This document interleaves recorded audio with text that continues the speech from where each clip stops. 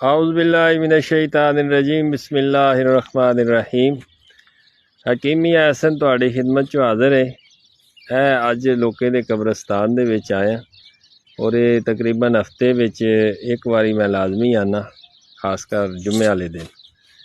ते इत्थे एक बूटी है जवानसा, मैं इहदा तुहानू एक दमासा हुंदी है, एक जवानसा हुंदी है। पंजाबी विच इहनू आखदे ने जवां और अरबी विच इहनू आखदे ने खार शुतर। ऊंठ इहनू बड़े शौक दे नाल खांदा है।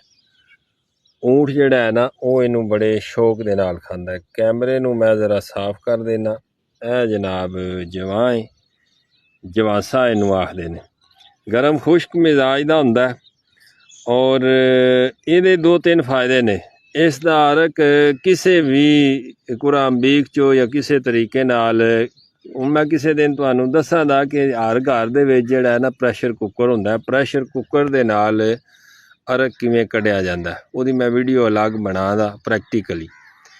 ते क्योंकि बहुत सारे जिहड़े ने ना चीज़ां जड़ी बूटियां दा अरक अरकियात जिहड़े ने ना वो दवाइयां दे तौर ते इस्तेमाल कीते जांदे ने। इसदा अरक कढ़ के 20-20 ग्राम पीता जाए। गुरदे मसाने दे विच किसी बंदे नू पत्थरी होवे ते ओह रेजा रेजा होके टुट जाए दी, खारिज हो जाए दी। गुरदे मसाने दी पत्थरी नू तोड़दा है और उन्होंने खारिज कर देंदा है। 20-20 ग्राम इसका अरक जिहड़ा है ना सुबह शाम खाने तो 1 घंटा बाद पीना।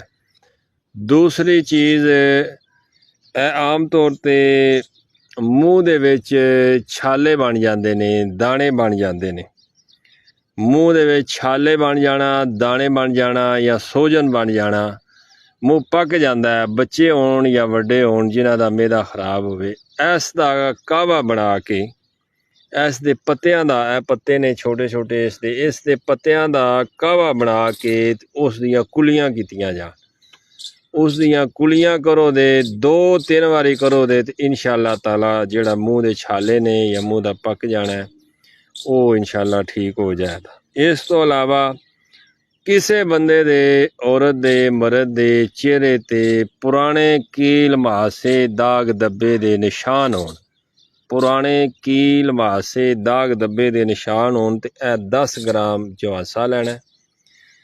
250 ग्राम पानी, 1 पाइया पानी दे विच पा के जुशांदा बना के उस दे नाल चेहरे नू धोता जाए ते वो पुराने तो पुराने दाग कील मुहासे धब्बियां दे वो ज़ाहिल कर देंदा। बहुत शुक्रिया बाप दा। फी अमान अल्लाह।